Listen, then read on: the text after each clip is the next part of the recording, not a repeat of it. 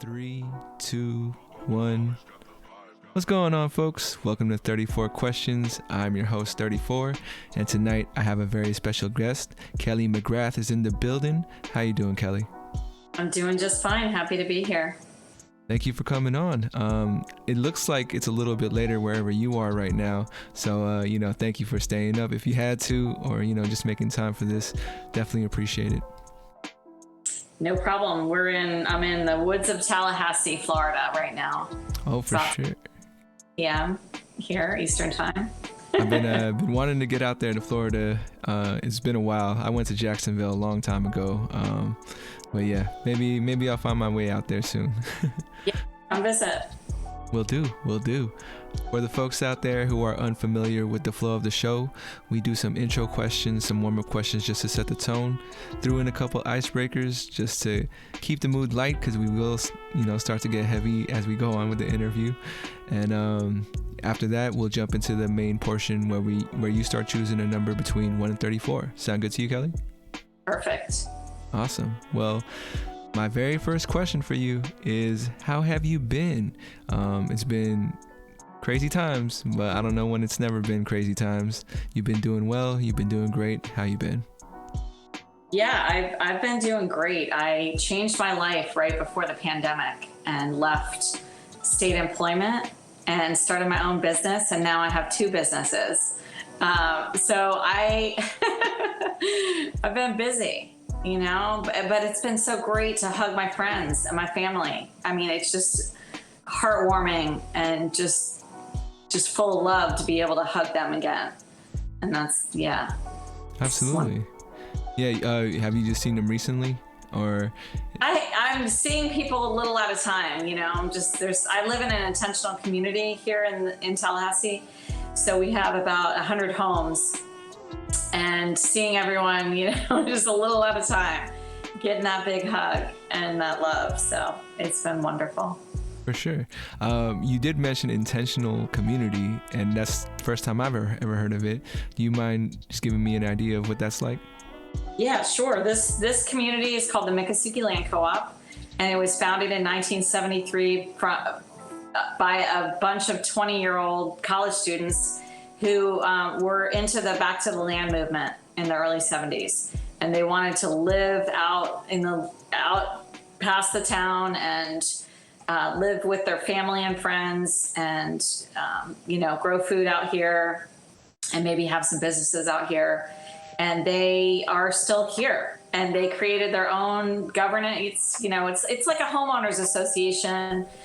We have as well, and it's not a commune. We all own our own property, but we have 90 acres in common that we manage, and we have volunteers that manage the roads, and we have work parties. It's like a heightened sense of neighborliness here.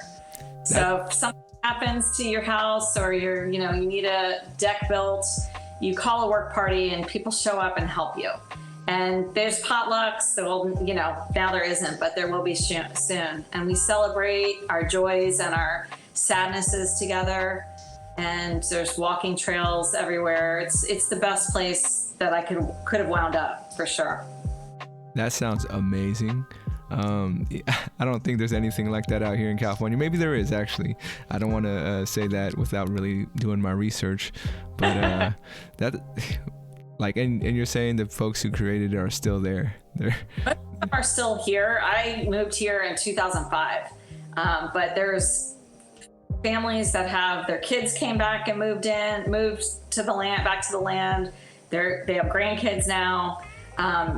There's a lot of the original land founders are here, and it's just wonderful. It's just a great place to.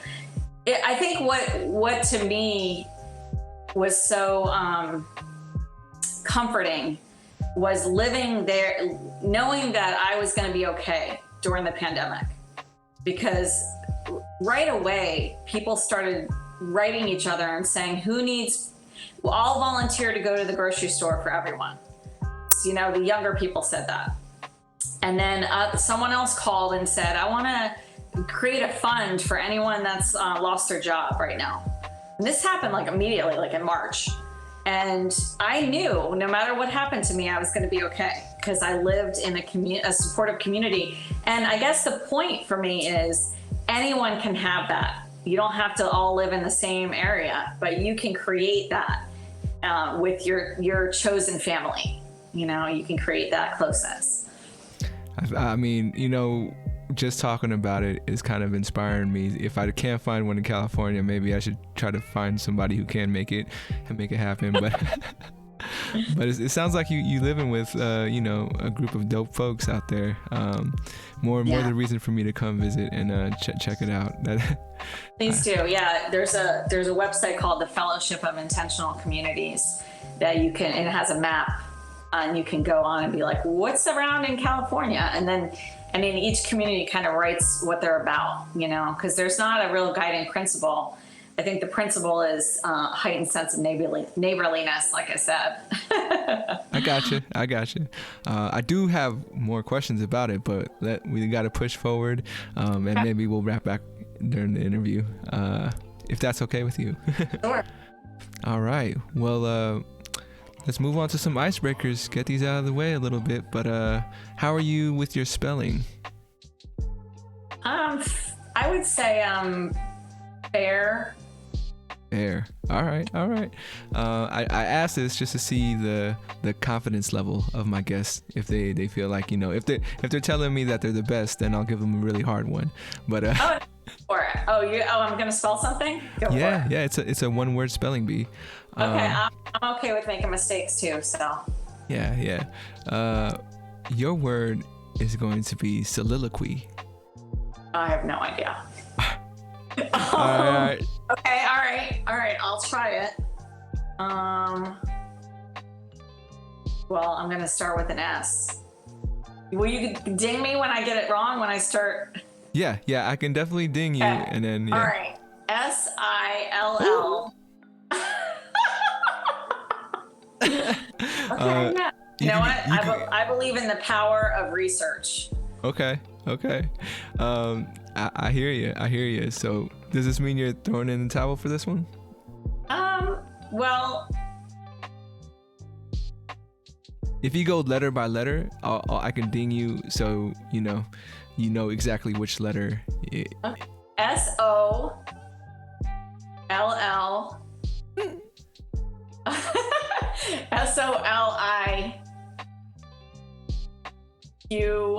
Ooh.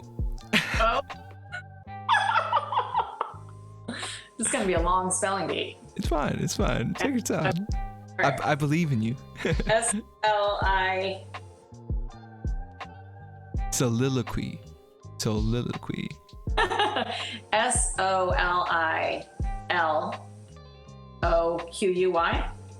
There you go.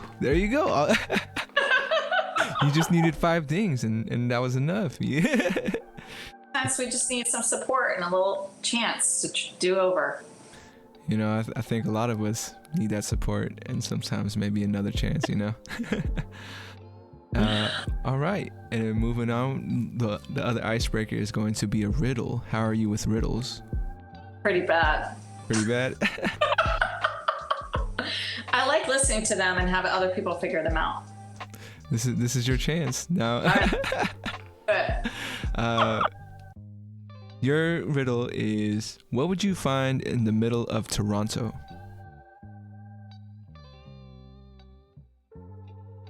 Think outside the box. Oh, okay. What would you find in the middle of Toronto? Ron? Very close. I'll give it to you, because a lot of people have said Ron, and the correct answer according to the website is the letter O, which is I think you got it. You got the idea. Well, congratulations, and thank you for participating. You're welcome. Moving on to the warm-up questions. My first warm-up question for you is: what would you like the audience to know about you? About me? About you, yeah. I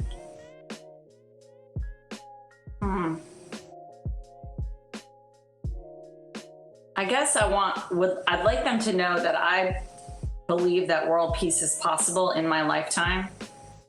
and that if they believe in peace too, then we can have it. Starts with inner peace first, and then spreads out to outer peace. I hear that. So inner peace, do you feel like you found it? I mean, it's you're only renting it. You have to work at it every day. You have to pay that bill every day if you want it, or at least I do. There's some days that it's easy, and some days it's like, I got to go take a walk in the woods right now. Yeah. It's a journey. You said it was a what? It's a journey. Oh yeah. And it seems like it's so long sometimes. You had mentioned about world peace happening in your lifetime. A lot of folks would say that's impossible. So what would you say is the not necessarily the key, but the steps we should be taking to kind of achieve that? Yeah, well, I think the first one is everyone is working on their own peace. So what skills do they need? Do they need to take a meditation class, or do they need to, have a spiritual practice? Do they need to maybe volunteer or go in nature? Whatever they need to do, we all are learning and growing. So people can grow in their own capacity for peace. And then once they work on themselves, then help their family, or be peaceful around their family. And, on a bigger level, then we want to be voting for people and encouraging people to run for office that have shown a desire to pass legislation that leads to more peace in people's lives. And there's so many facets to that. That's everything. That's, civil rights, that's environmental, that's the pieces in everything that we do. So I think those two things for sure, inner peace, and then people who can effectuate change on a grand scale. We need to be supporting those people. And you feel like this could happen, this shift could happen within our lifetimes? Because it's not that I don't agree with you. Oh yeah. Well, we're trying to believe that we're fighting people, but we're really not. We're tribal, and we want to collaborate and support each other. That is our nature. If you look at children, that's their nature.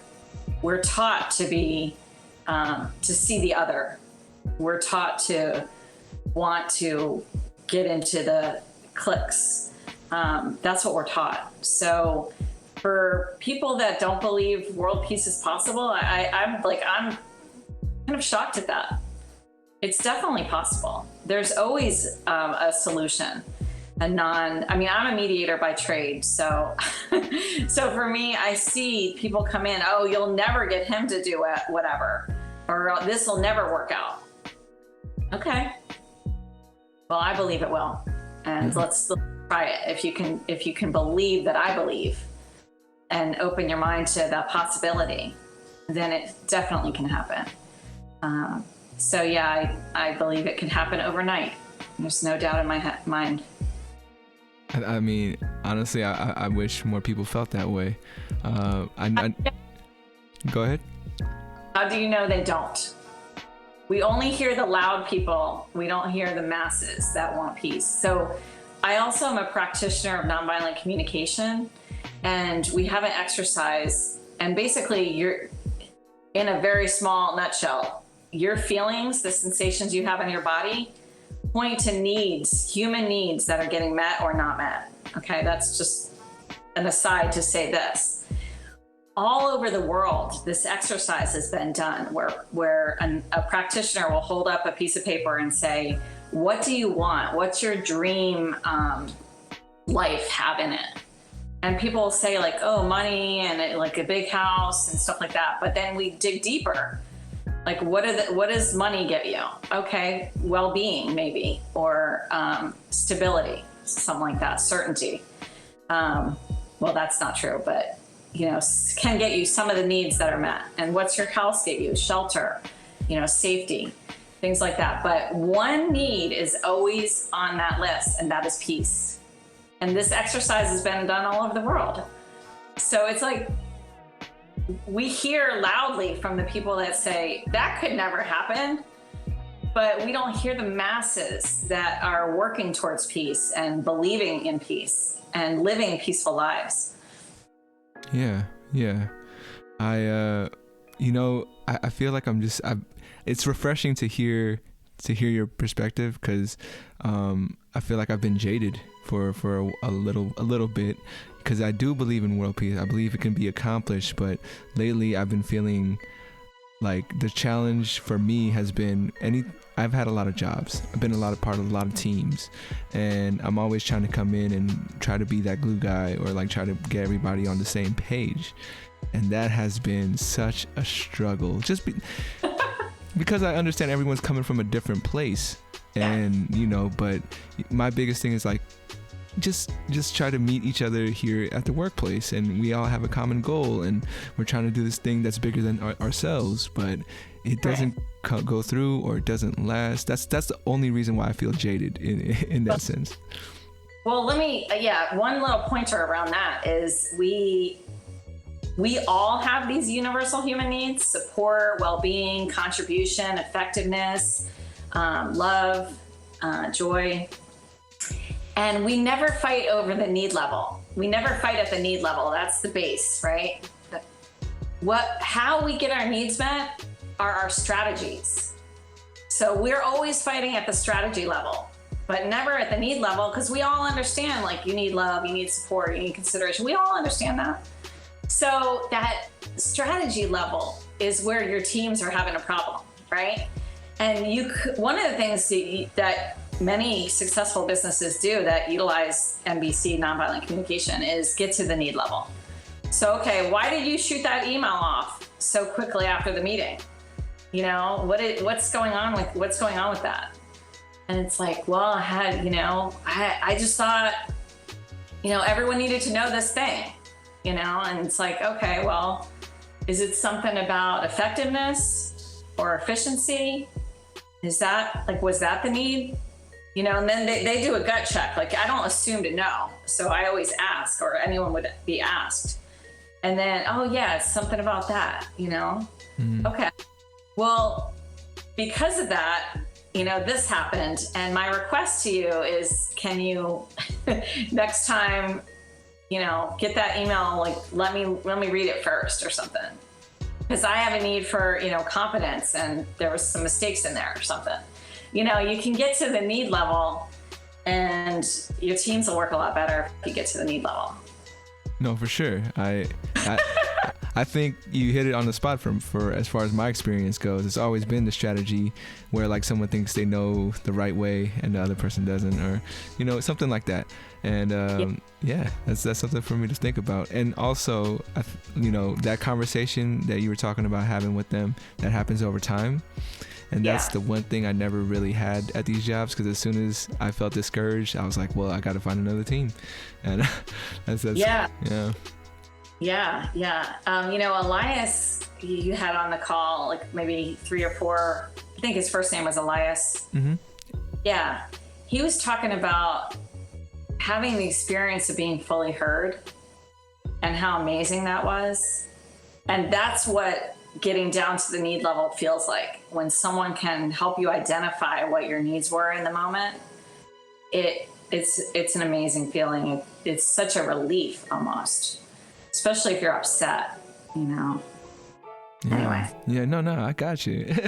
It's been a great start. And when that was only the first question of the warm-up. So my second question for you is, if someone were to pay you a tribute, how would you like to be honored? If I was going to tell myself today I'll do something in the honor of Kelly, what act could I do? Okay, I want people to have a funk and jazz music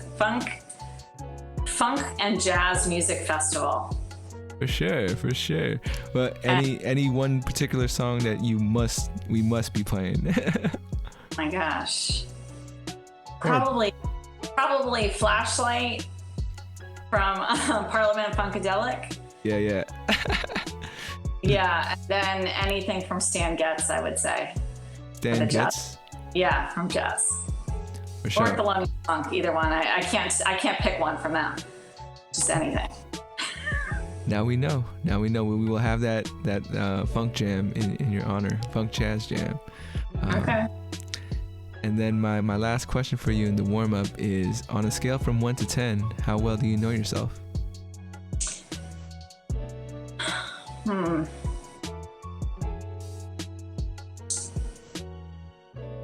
I would say probably an 8, but I'm always learning new things about myself. I mean, I love myself. That's a 10 right there. But I think, I think we all are learning and growing. And yeah, that's a really great question, because it's a wonderful way to increase the peace in your life too, is to know yourself and to live in alignment with your values. Once you know what those are, it's easy to live in alignment with them. For sure. Would you say you've been at an 8 for a while now, or is it something that you kind of got into recently? I would say over the last maybe decade of my life, I got in more and more understanding of who I am and appreciation for the light that shines out of me. That is very key. I don't think a lot of people recognize that light in themselves. And honestly, for me personally, I didn't figure it out until recently. And this whole, I don't know, what I feel like the universe is pulling me towards is a part of that, a part of recognizing that light.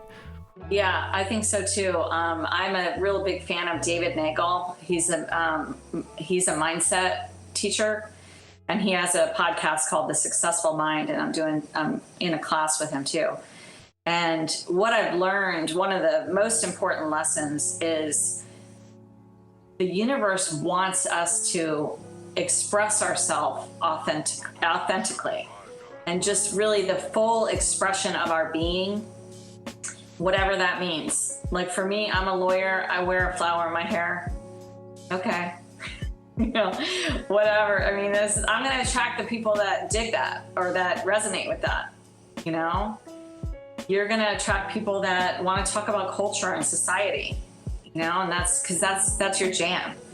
And it's like the more you can break out of the mold of what you think society expects from you, and be who you really are in your heart, and that that 9-year-old boy, that's what's gonna make your life worth living.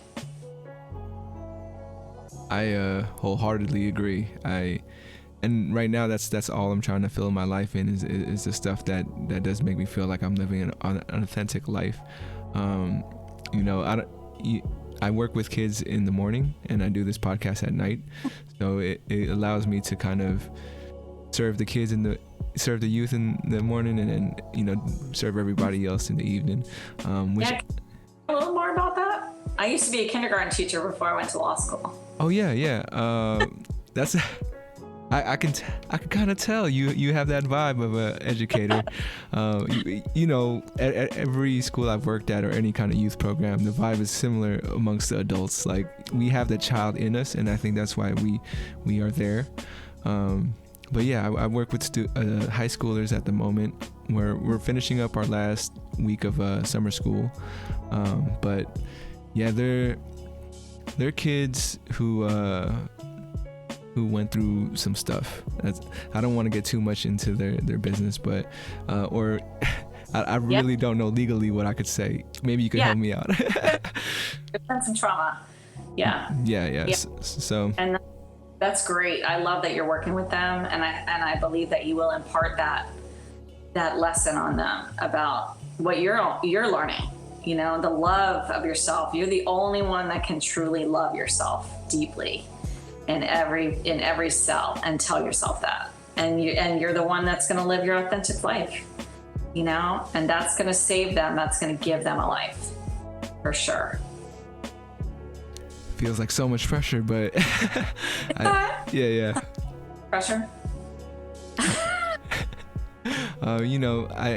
What really brought me back to it was I've had like Elias, who came onto the show. Yeah, he was one of the former students I worked with, and just having him on and talking about, the experience I had with them, it kind of told me like, this is really what's worth it for me, is to see them grow and then reconnect and then continue to be a part of their lives somehow. But gosh, yeah, that was great. I thought of him like for nonviolent communication. I'm like, oh boy, he has this spark in him he understands like that people want to be heard. And yeah, it really touched me, his interview. So thank you for that.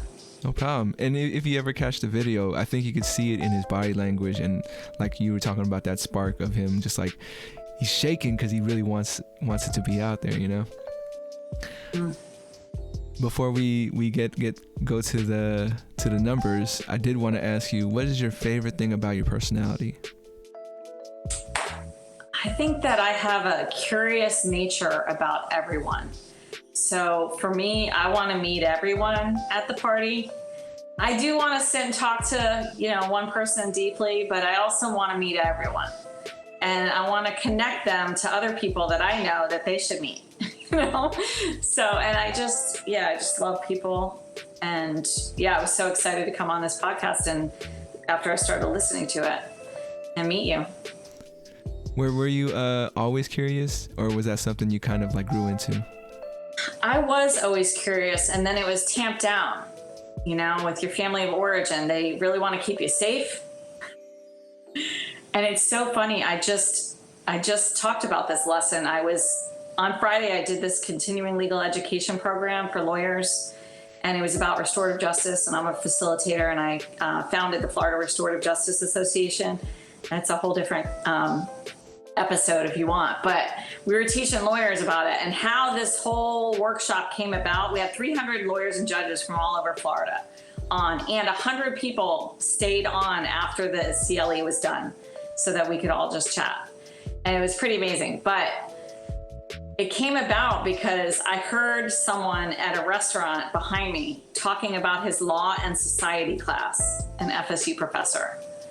So I immediately went over and sent someone over and said, go tell him about restorative justice. And I went over too. And I said, we need to talk to your class. They need to know about restorative justice. And then it took a year of planning. And then at the end, on Friday after it was over, he said, oh my gosh, you know how this came about is Kelly saw me at a restaurant and overheard what I was saying and came over and talked to me. And so for me, I told him the lesson was always talk to strangers. If it's a safe environment, why not?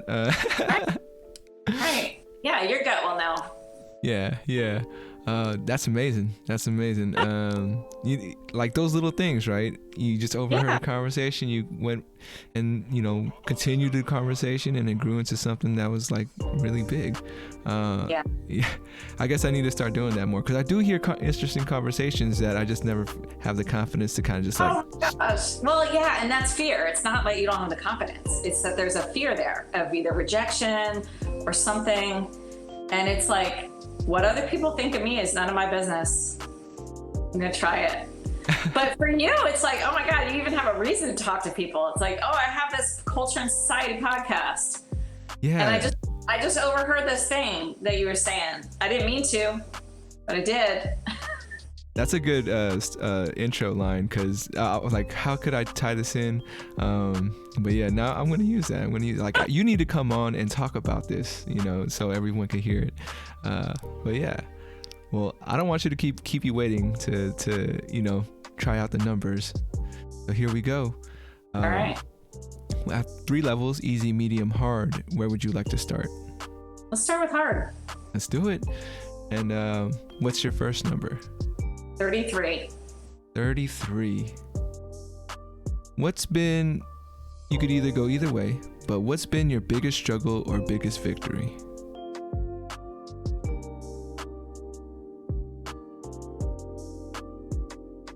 I think the struggle is the victory. And it's basically that I am learning right now how to be an entrepreneur and to get my entrepreneurial maturity up, because I've always been a state employee. So I didn't know such things about running a business and owning a business. And yeah, I think that struggle of learning and feeling and having the belief of incompetence, it's not an actual feeling, but having that fear of the unknown and going out there and doing things that I don't have the skills built up to do. I know exactly what to do as a lawyer and a mediator, but the other things, the marketing, the just the consistency of like writing your messages, trying to write persuasive messages, you know, in social media posts and things like that, that I don't have experience in. And getting every day to make myself, not in a bad way, but to tell myself, you're going to commit to doing this today because your dream is to have this successful business, or, you know, your dream is to have ease and financial well-being for yourself. That's the victory. And it's mixed in the struggle, but it's doing it even though I'm scared and I don't feel sure of myself doing it, and being able to, and failing, you know, some of the things didn't work out. But yeah, it's doing all that. And that I think is the biggest victory within the biggest struggle. I like it. You talked about being an entrepreneur. Before this podcast, I actually tried to start a clothing brand, Hella Hungry, and I wanted to ask you about that. I love it. Right on. And honestly, I fell flat on my face. I mean, I'm in a hole with taxes right now because I did something stupid. And yeah, all these things, because for me, I was coming into the clothing brand industry as a creative. Like, I just wanted to make designs and make messages, but didn't know the business side, didn't know the finances, didn't know marketing. And trying to do it all by yourself is super tough. I know, brother. Yeah. You're mentioning it, so I can't imagine. Go ahead. Well, I have I do want to offer you, I have a beautiful spirit who's a tax attorney as well. And so offline, let's talk about that. I want to get that straightened out for you. For sure. We will talk about that. But yeah, it's like, you got to fail fast though, you know, and you learn something. Like, I'm sure you learned, like, here's the 3 things that I didn't know that I know I either need to go get help on next time, or I need to like study up on that, you know? No doubt. And I think one of the biggest things I learned too was that it somehow became a part of my ego, you know, kind of introducing myself as, oh yeah, you know, my name is Jan, I have a clothing brand called Hella Hungry. And that's one thing that I wanted to move away from. And I'm almost like that fear you're talking about, almost have a fear of that happening with the podcast as well. That's why I try not to do anything solo. Like, I want folks to be with me, you know, because I feel like we're building it together kind of thing. It keeps me in check as far as how I feel about it. But, you know, just so I can keep it pure in a way. Recognize that. That's the key, is that you recognize, oh, that's my ego showing up again. And then you could talk to it like, yeah, I see you over there. Trying to hope people notice. You know, funny, because I changed from calling myself, you know, introducing myself as a lawyer. At first, for many years, I never told anybody I was a lawyer. They would find out over time. I didn't talk about it because there's a bad rap. And I wasn't one of those kind of lawyers. And also, I just wanted people to know me as me. And then when I started my business, it's like you kind of have to do that so you have some street cred with people. And now I'm like, no, I didn't have to do that. And I don't litigate. So I mediate most of the time. So I just say I'm a mediator. But it's like that ego is always there. You know, it's in our subconscious. It pops up. The great thing is you noticed it, because that's when you can be like, I see you over there. Oh yeah. I'm not going over there now, you know? Yeah, that's what I've been focused on for a long time. Is just trying to calm that ego down. And yeah, people like yourself is definitely helping me accomplish that. So thank you again. I had a question. Oh, yes. In the very beginning of the podcast, you had mentioned that during this time, you made that leap from, I believe it was a state job, and then now you're being an entrepreneur. Was that leap something you've always kind of wanted to do, and all of a sudden it was like, this is the time, this is when I should do it? Or nope, never wanted to do it. I was always going to be a public servant and, work my 30 years and get my retirement. My parents were public servants. Well, my dad was a union carpenter. My mom was a teacher's aide, and believed in serving the public that way. And I still do. Honestly, regular people can make systemic change in public service.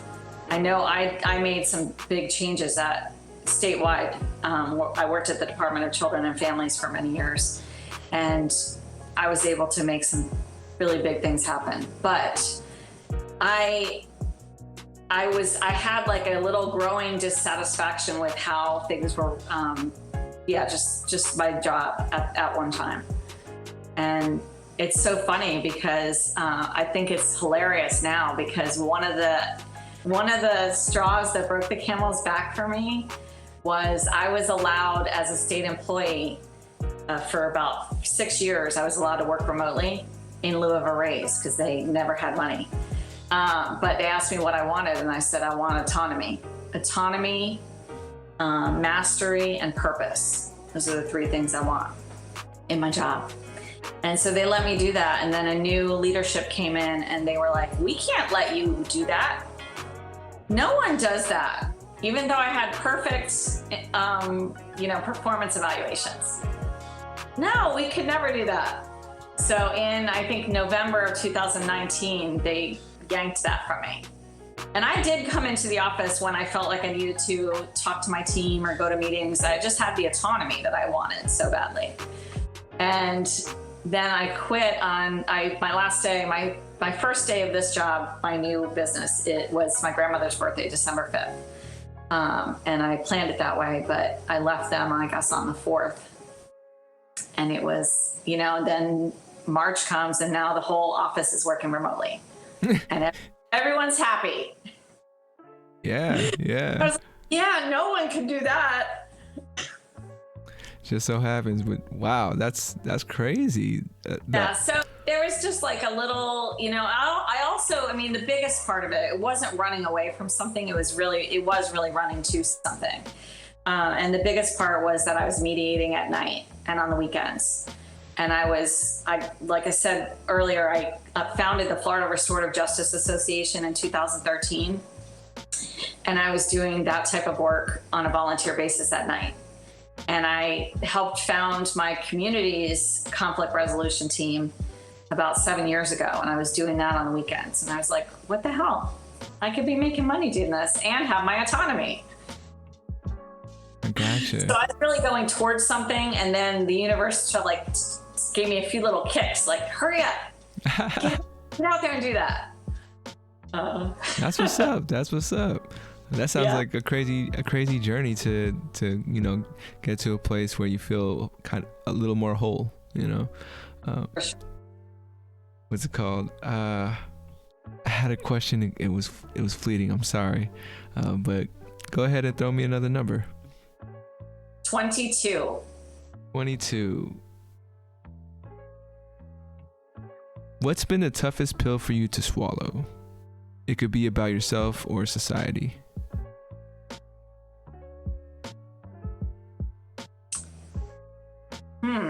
That's a good one. I think for me personally, it's I had a pattern of not keeping my commitments to myself. And that can be toxic to your soul. So, I'd say I'm going to do something, and I wouldn't do it. Or I'd make a promise, like either to myself or something I needed to do, and I wouldn't do it. And yeah, I'm learning now a lot about the power of keeping your commitment to yourself. So don't promise to do something unless you actually are going to do it. And then even if it's hard, you got to take that time and do it, and that really helps build your sense of trust in yourself. And that cascades in a lot of really beautiful ways in your life. So I think the bitter pill for me was that I hadn't started that journey until I was in my 40s. And I didn't even know, part of it was I didn't realize. I would feel guilty, like, oh, I said I was going to walk today and I didn't, but what I didn't realize is I can't trust myself if I'm not going to do what I say I'm going to do to myself, with myself. For sure. Thank you for sharing.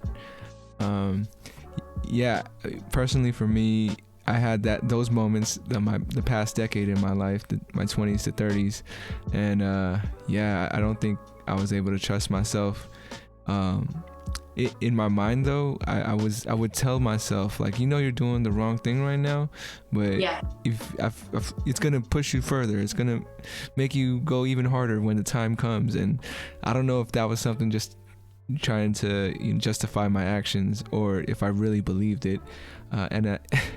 At this point, it feels like it's making sense to me why I acted that way. Maybe it was just failure that I need to go through. You were gonna say something?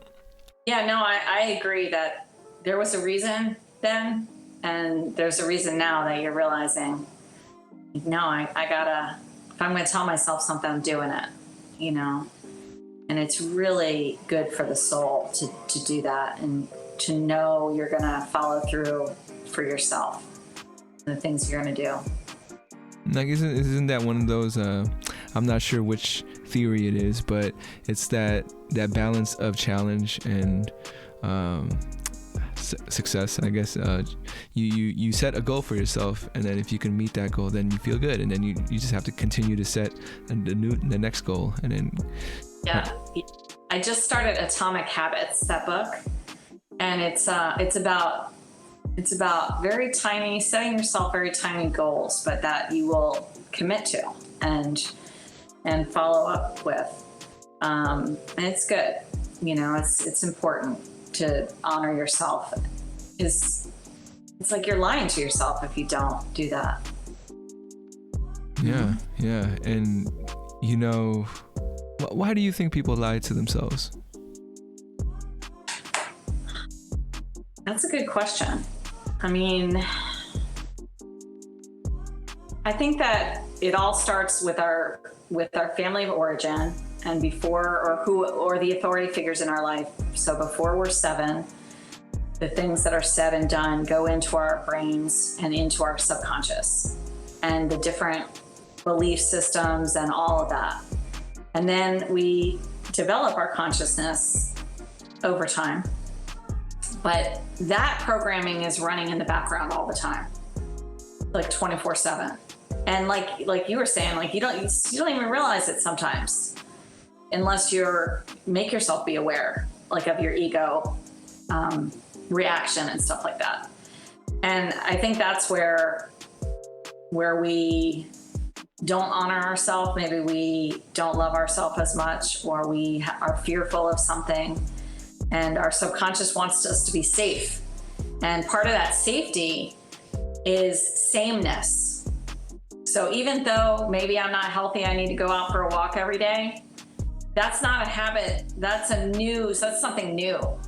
So that's not safe. That's like new and novel. So there's going to be like, oh, you don't have to go today. It looks like it might rain.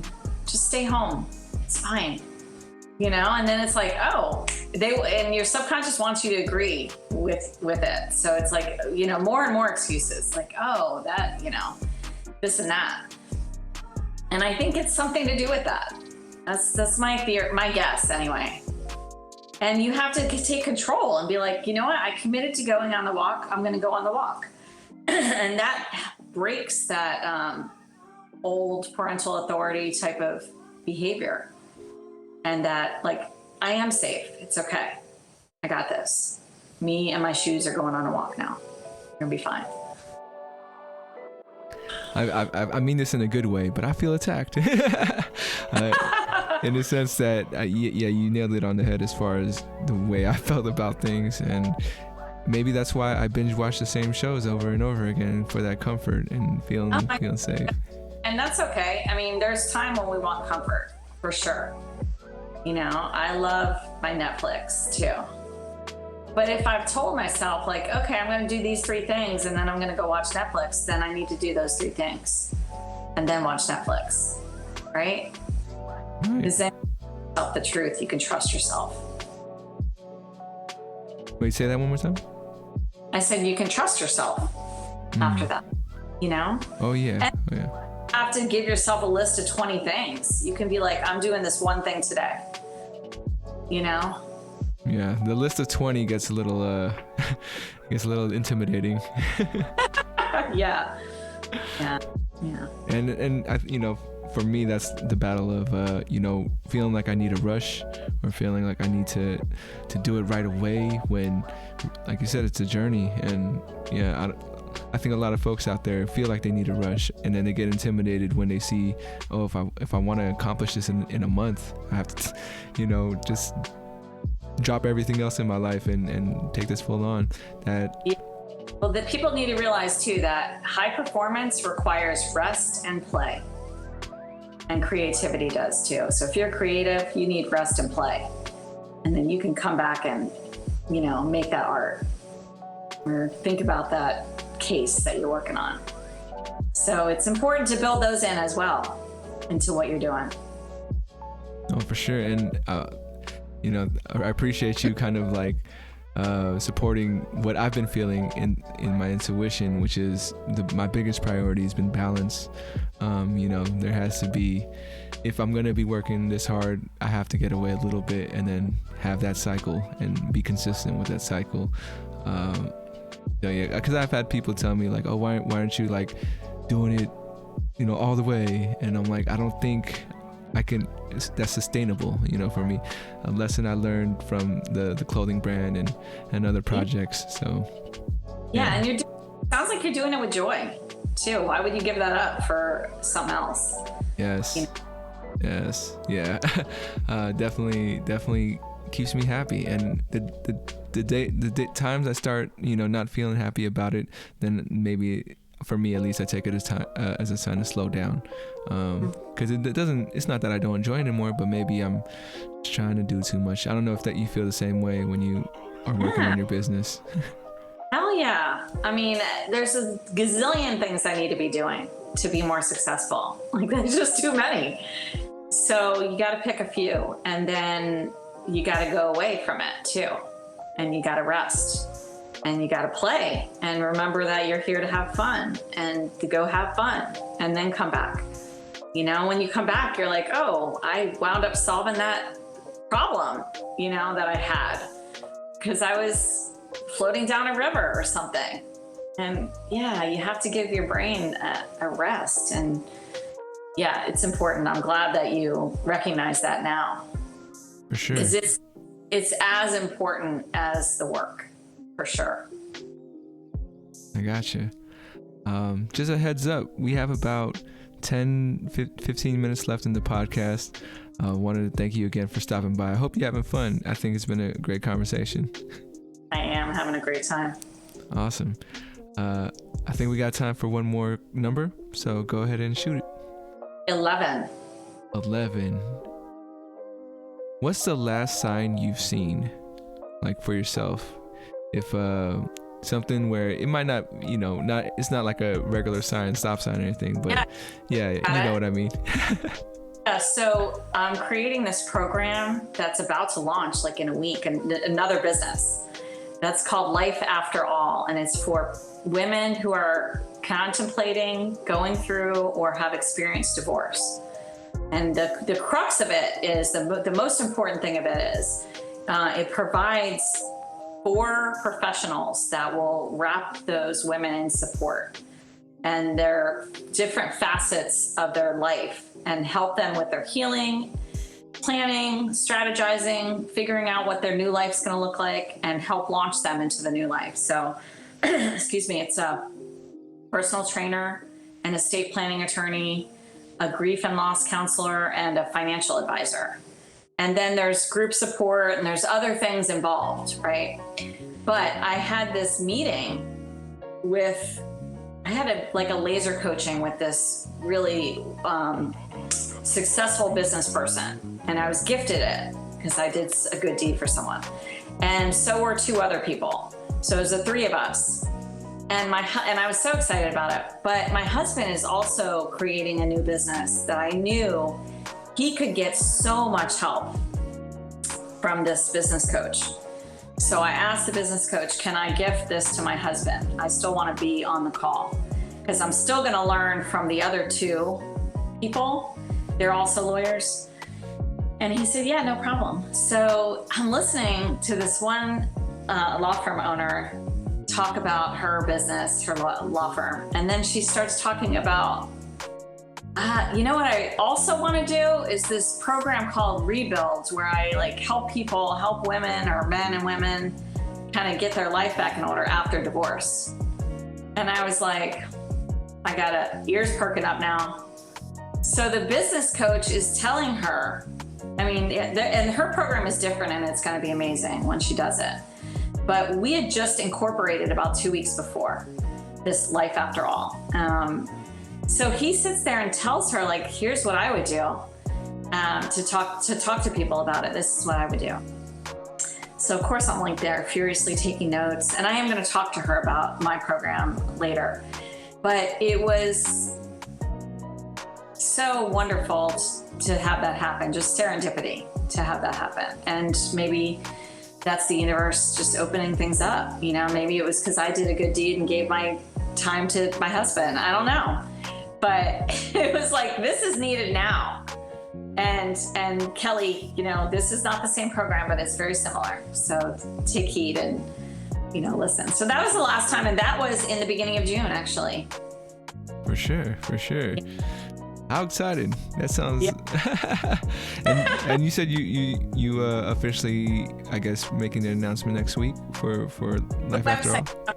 I'm talking to people now, especially divorce attorneys, estate planning attorneys, therapists, people who would know the people who need this. When I'm mediating, I'll follow up with the families afterwards. And often someone is not able to move forward. A lot of times the woman is not able, it has been unable. They're just blocked. They're just not sure what to do. Some haven't even opened their bills. So I was thinking about, what could this look like? What kind of people what kind of professionals need to come and surround these women?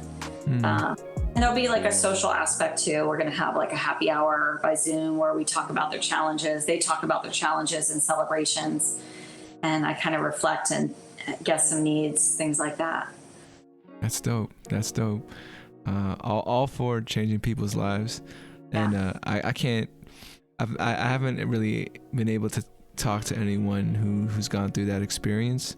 I would definitely have questions for them, but I can't imagine, dedicating your life to someone else and that just not working out. And I think that's what scares me in my generation a lot of the times, is that we see it happen, and now we're just we're afraid. We're afraid to have to go through those things. But yeah. Well, gotta take a leap of faith sometimes with love. Yeah, it's one of those all-time questions, right? What is life about? What is love? I don't know what else you would. What other question would you put in that? Existential question? Yeah, for one that you would feel like you've thought about and continue to think about. Who am I? Ooh, yeah. Right. I'm actually doing a couples mastermind on July 10th. It's funny that we started talking about that. Just teaching them some conflict resolution skills and communication skills. It's all about how you can communicate so you can get your needs met. and the other person get their needs met? And then what happens if there's conflict? And like my favorite quote of all time for conflict is from Dominic Barter, who's an international peace builder. And he says, conflict holds within it vital messages regarding unmet needs and areas of necessary change. And given this understanding, safety is increased not by avoiding conflict, but by listening to the messages within. I'm gonna definitely have to rewind. I wish I had an instant replay right now so we could hear that back one time. But I'll write it to you. Appreciate it. Yeah, well, we made it to the concluding portion of 34 questions. But before we get there, I've been doing this new thing, and I don't know if you've heard it with the episodes yet, but it's called the 34th mantra. I'm inviting guests to create a mantra for themselves on the show using this phrase: I am, I can, I will. So I am blank, I can blank, I will blank. How would you fill that out for yourself? I am the creator of my life.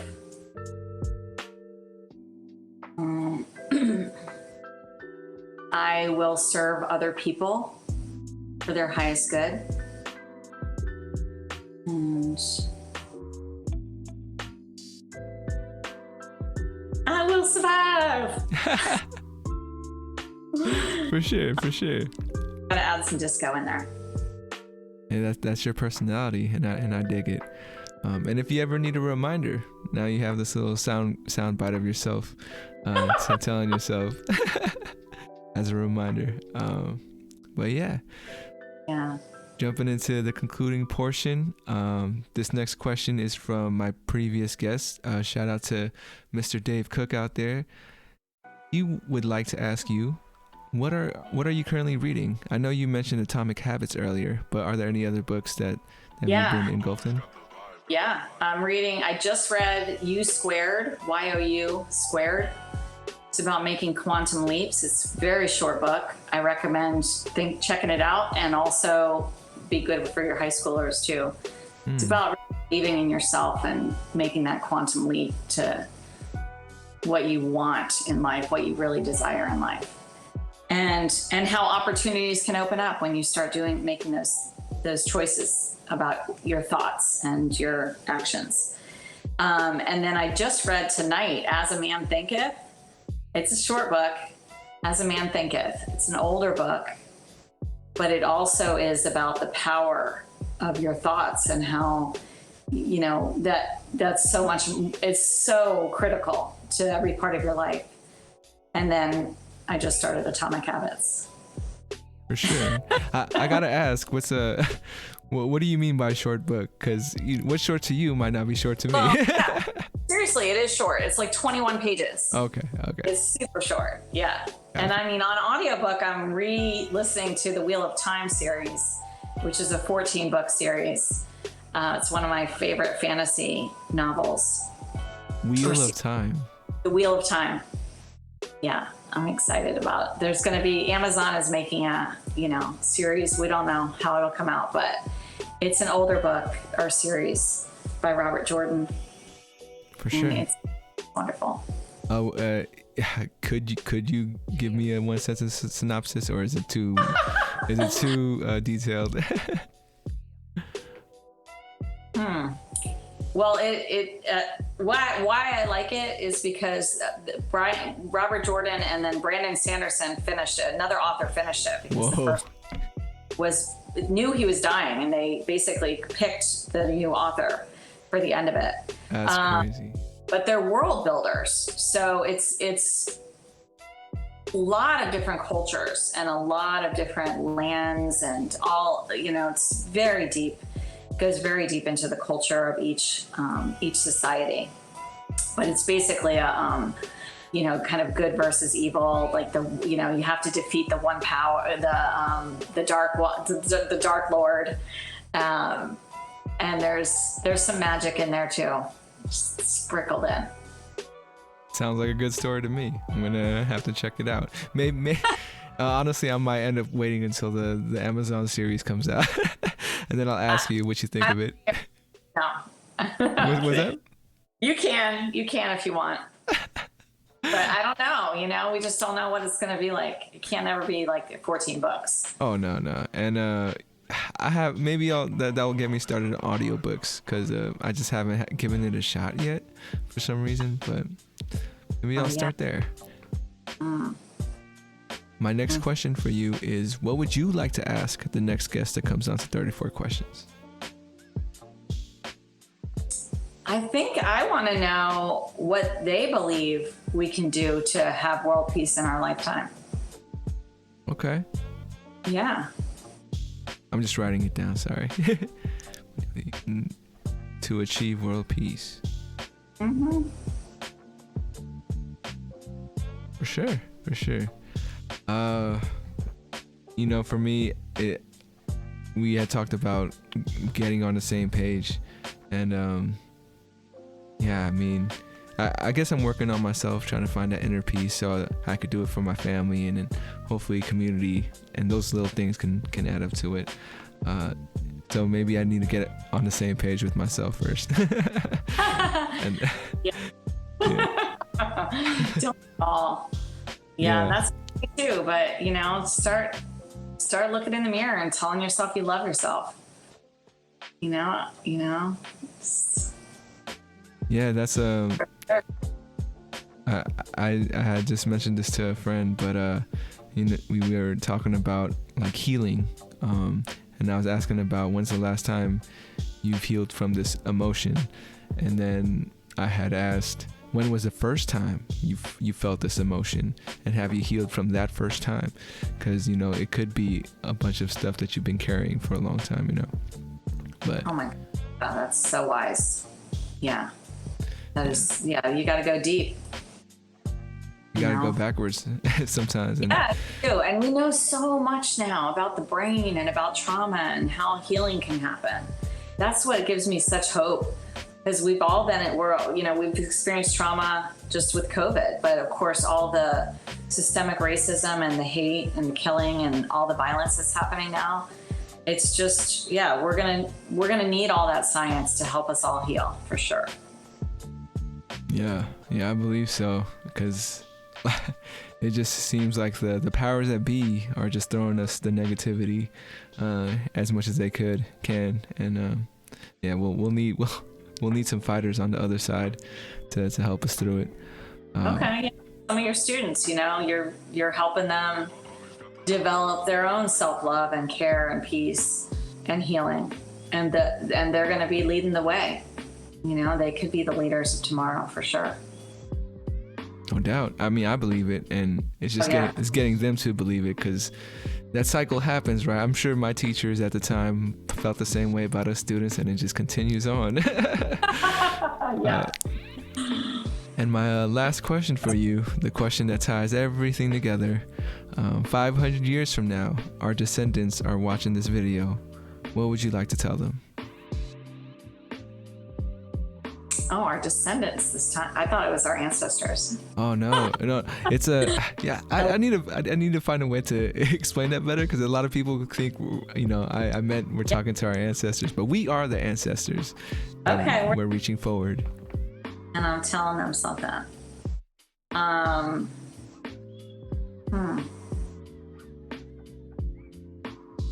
guess have fun and love each other. We're starting world peace right now. You're welcome.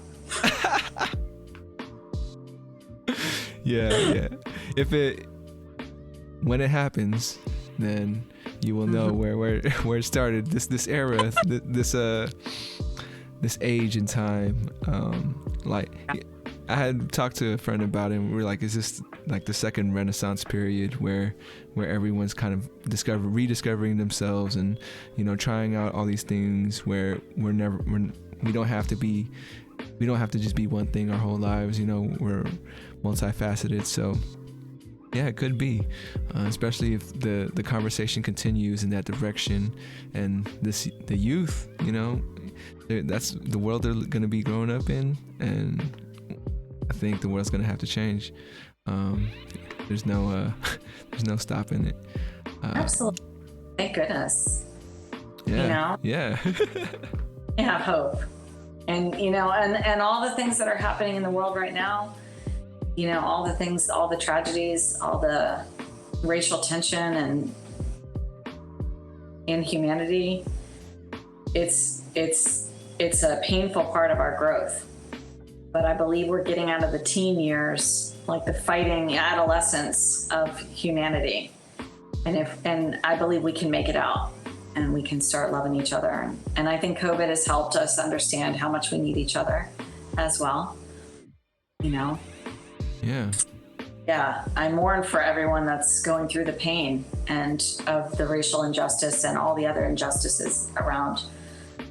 And I also do know that a lot of this has brought attention to and awareness to people who were not aware before of issues, and opportunities for healing and for teaching and for growing. So yeah, it's all part of the world peace happening. Yeah, it's gonna take all of us. It's gonna take all of us. It is. I stayed with a theme tonight. Seems like. Hey, I'm with it. If world peace, that is I think something I've always looked for growing up, and yeah, now I guess it's time. I'm old enough to be responsible for that. Yeah. So yeah. All right. Put it out there. Well, dude, we're doing it. We're doing it. Any last things you'd like to add before we head out? Like, I know you have your business. If you want to plug it in, let folks know how to support you, or if you don't, that's also fine. I mean, my business is Kelly McGrath Law, LAW, Kelly McGrath Law. They can find me there on the web. My other business is Life After All. But I do want to say thank you to you for putting this out here. And every time you put another interview out here, we learn a little bit more about each other. You know, and I think the best thing about this podcast to me is the strengthening and the support of our shared humanity. And that's what's going to get us through and to help each other and to grow. So thank you for that. Absolutely. And, you know, I don't see it how everyone sees it sometimes, or how individuals see it. So I definitely appreciate it when you know, you can share your perspective on what this is. Because, you know, to me, this is just me getting to know people, but I hope it brings more value to you and my other guests. And in the future, I really think what I'm doing is won't be seen as valuable until a few, you know, down the road, which I don't mind, because this is what I find valuable, is these connections. Yeah. So yeah, thank you. It's valuable right now. I appreciate it. I don't know. It's hard. You know, we were talking about like believing yourself, loving yourself, and that is what I'm working through. You know, it's compliments don't come easy, or it doesn't feel right for me to accept for one reason or another. And but yeah, I just appreciated the energy putting out in the universe, because it will get to me. Eventually it will get to me. But yeah, if you have nothing else to add, no, you're good? I'm good. All right. Well, thank you again for coming through, sharing your perspective, and making me feel like I'm doing something right. Definitely appreciate it. Shout out to all the folks out there who tuned in, whether you're listening on Spotify, Apple, or watching on YouTube. Definitely appreciate your time as well. If you liked it, go like it. If you loved it, subscribe and share. Remember to reach out, reach forward. As always, much love, and we'll catch you guys next time on 34 Questions. And then this is where it fades out. But yeah, that was the episode.